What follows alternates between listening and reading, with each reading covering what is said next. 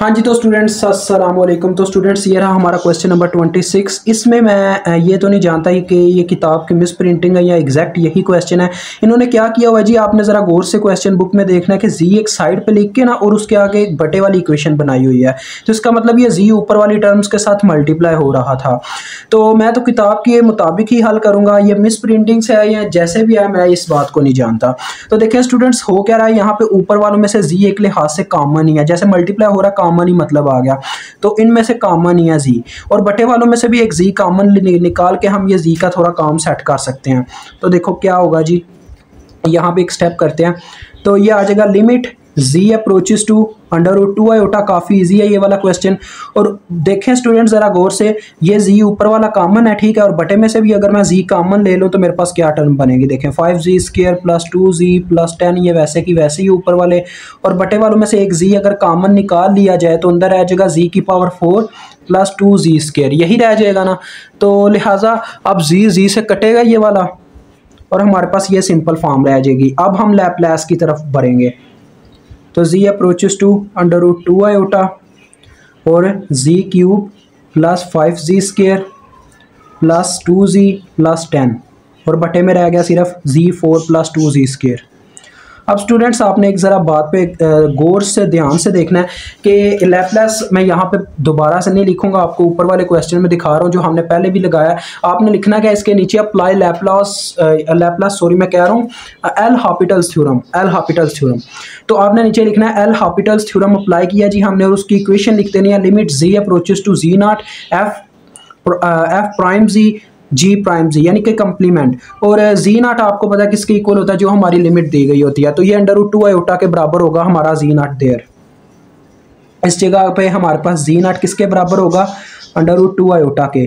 तो सबसे पहली बात है यहाँ पे हमारे पास देखें f(z) क्या है जी, मैं यहाँ पे लैप्लास की इक्वेशन लिखने लगा जो कि मेरे पास होगी limit z approaches to z0। ये नेक्स्ट स्टेप है ना, कि ये मतलब कि इसकी आगे वाली फॉर्म है।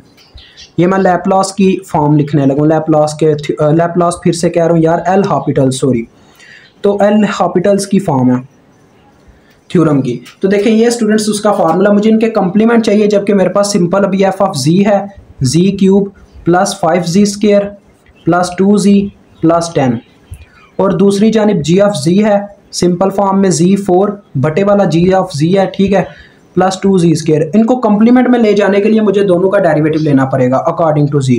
तो मैं दोनों साइड पे डेरिवेटिव अप्लाई करूंगा। देखें derivative of f(z) is equal to derivative of this term z³ + 5z² + 2z + 10, ठीक है। इसी तरह से इस जानिब आ जाएं, इसका भी डेरिवेटिव आपको लेना पड़ेगा। तो ये आ गया जी हमारे पास इस फॉर्म में इंटू z⁴ + 2z²। अब जब डेरिवेटिव लेंगे तो ये बराबर होता है हमारे पास कंप्लीमेंट फॉर्म के। अगर किसी भी फंक्शन का इस तरह से डेरिवेटिव ले लिया जाए तो वो कंप्लीमेंट के बराबर आ जाता है, ठीक है। तो ये फंक्शन इसके बराबर आ गया।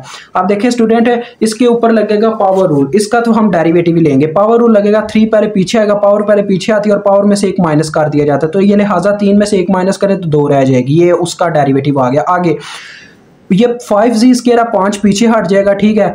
और एक और बात स्टूडेंट्स, आप सब जानते हो इसके ऊपर पावर रूल लगना है हमारे z² पे। तो z² के ऊपर जब पावर रूल लगेगा तो क्या होगा जी, इसकी पावर पहले पीछे आएगी तो 2 पीछे आ जाएगा और z की पावर में से 1 माइनस हो जाएगा, तो ये आ जाएगा 5 × 2z, ठीक है। और + 2z की बात करूं तो क्या होगा जी, 2 पीछे हट जाएगा और dz/dz हो जाएगा, तो ये लिहाजा डायरेक्ट 1 आ जाएगा, तो +2 आ जाएगा, और 10 का डेरिवेटिव होगा ही 0।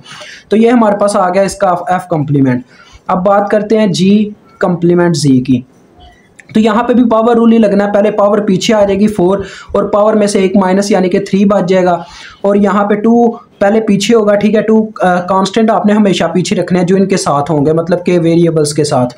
अब देखें इसकी पावर पहले पीछे आएगी और पावर में से 1 माइनस, तो ये सिर्फ z आ जाएगा, 2z आ जाएगा। तो ये मेरे पास बन गया इसका फार्मूला। अब मैं उसमें लिमिट्स में अप्लाई करता हूँ और आपको पता है वैल्यूज़ क्या क्या हैं। लिमिट z अप्रोचेस टू फार्मूले में पुट करने लगा, z0 बराबर है √2 आयोटा के, और f कंप्लीमेंट z हमने अभी अभी लिया जो कि हमारे पास आया 3z² + 10z हो जाएगा स्टूडेंट्स + 2, ठीक है। और बटे में ये हमारे पास आया 4z³ + 4z बन जाएगा ये भी, अब स्टूडेंट्स बात यह है कि आपने डायरेक्ट लिमिट्स ही पुट करनी है, उससे पहले एक काम कर लिया जाए तो आप थोड़े इजी हो जाएंगे, या बाद में भी किया जाएगा आप फिर भी इजी रहेंगे, लेकिन जो आपके लिए बेहतर रहेगा वही चूज़ करेंगे। ठीक है, तो हम क्या करते हैं जी, चलें अभी तो लिमिट्स अप्लाई करते हैं। अब लिमिट जब हम अप्लाई करेंगे तो क्या होगा, जहाँ जहाँ जी है वहाँ पे √2 आयोटा पुट होता जाएगा। तो देखें 3 इंटू √2 आयोटा का स्क्वायर प्लस 10 √2 आयोटा डायरेक्ट आ जाएगा प्लस 2, और बटे की बात करूँ तो 4 √2 आयोटा का क्यूब।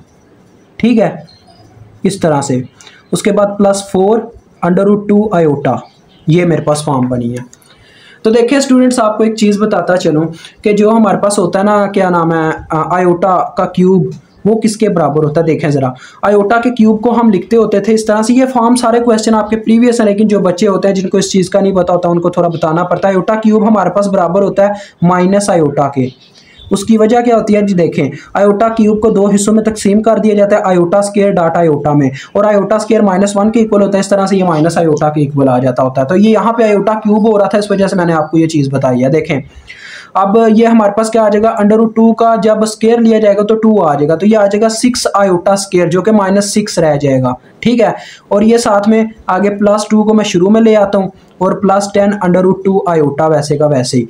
और बटे की बात करूं तो बटे में क्या है जी, यहाँ पे √2 का क्यूब है, यानी कि ये क्या बनेगा, पहले तो बनेगा √2 मल्टीप्लाई बाय √2, जो कि 2 बन जाएगा, और 2 √2 हो जाएगा। इसकी ये फॉर्म बनती है, आप कैलकुलेटर पे चेक भी कर सकते हैं। 2 √2, जिसको जब हम 4 से मल्टीप्लाई देंगे तो ये 8 √2 बन जाएगा। और आयोटा क्यूब का तो मैंने आपको बताया क्या आता है जी, माइनस आयोटा, तो लिहाजा ये आ जाएगा माइनस स्टार्ट में और इसके साथ आयोटा लग जाएगा। ठीक है, और प्लस 4 √2 आयोटा साथ में, तो प्लस माइनस का चक्कर ही चल रहा है। देखो ऊपर बन गया हमारे पास -4 प्लस 10 √2 आयोटा, और बटे में सिर्फ रह गया जी, देखें -8 जमा 4 यानी कि -4 √2 आयोटा, ये मेरे पास आ गया।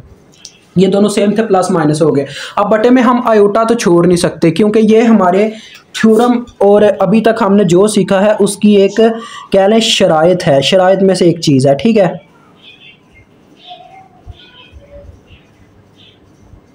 तो लिहाजा उन शराइत को फॉलो करते हुए हमें क्या करना पड़ेगा स्टूडेंट्स, यहाँ पे हमें इसके कॉन्जुगेट से मल्टीप्लाई और डिवाइड करवाना पड़ेगा। तो चले आए करवा ही देते हैं जी। बटे में है -4, तो मुझे इसके 4 √2 आयोटा से मल्टीप्लाई देना पड़ेगा, क्योंकि ये माइनस आयोटा वाली टर्म थी ना, तो प्लस आयोटा वाली टर्म इसका कॉन्जुगेट होगी, मल्टीप्लाई और डिवाइड। ठीक हो गया जी। अब देखें ये मल्टीप्लाई और डिवाइड होने लगे हैं, हमारे पास बनता क्या है देखते हैं। 4 √2 आयोटा ऊपर मल्टीप्लाई होगा, तो देखें 4 बार 16, तो ये आ जाएगा -16 √2 आयोटा।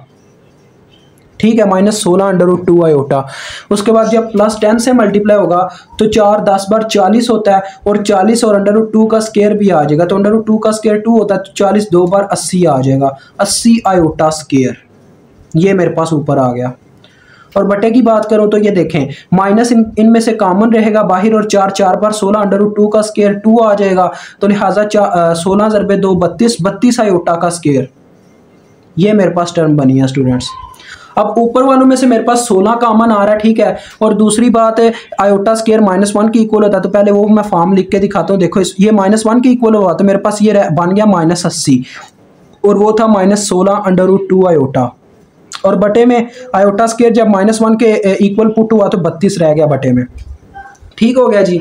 अब ऊपर वालों में से हम 16 कॉमन निकाल सकते हैं। ठीक है, आप चाहें तो इन दोनों को अलग-अलग करके सॉल्व कर दें इस तरह से। स्टूडेंट्स देखें -80 बटा 32 -16 √2 आयोटा बटा 32, इस तरह से भी किया जाता है। अब आप इसको कैलकुलेटर पे भी कर सकते हैं, अदरवाइज आप वैसे भी कर सकते हो। देखो 16 एक बार, 16 2 बार 32, और ये √2 नीचे ट्रांसफ़र हो सकता है इस तरह से, ये मेरे पास बन जाएगी। और यहाँ पे 16 2 बार 32, 16 5 बार 80, तो मेरे पास लास्ट फॉर्म जो निकली है वो है -5/2। ठीक है जी, और साथ में माइनस आयोटा ओवर √2, ये आपका आंसर है। तो इस तरह से आपका ये क्वेश्चन सॉल्व होता है। मुझे उम्मीद है आपको समझ आ गई होगी। अल्लाह हाफिज़, अस्सलाम वालेकुम।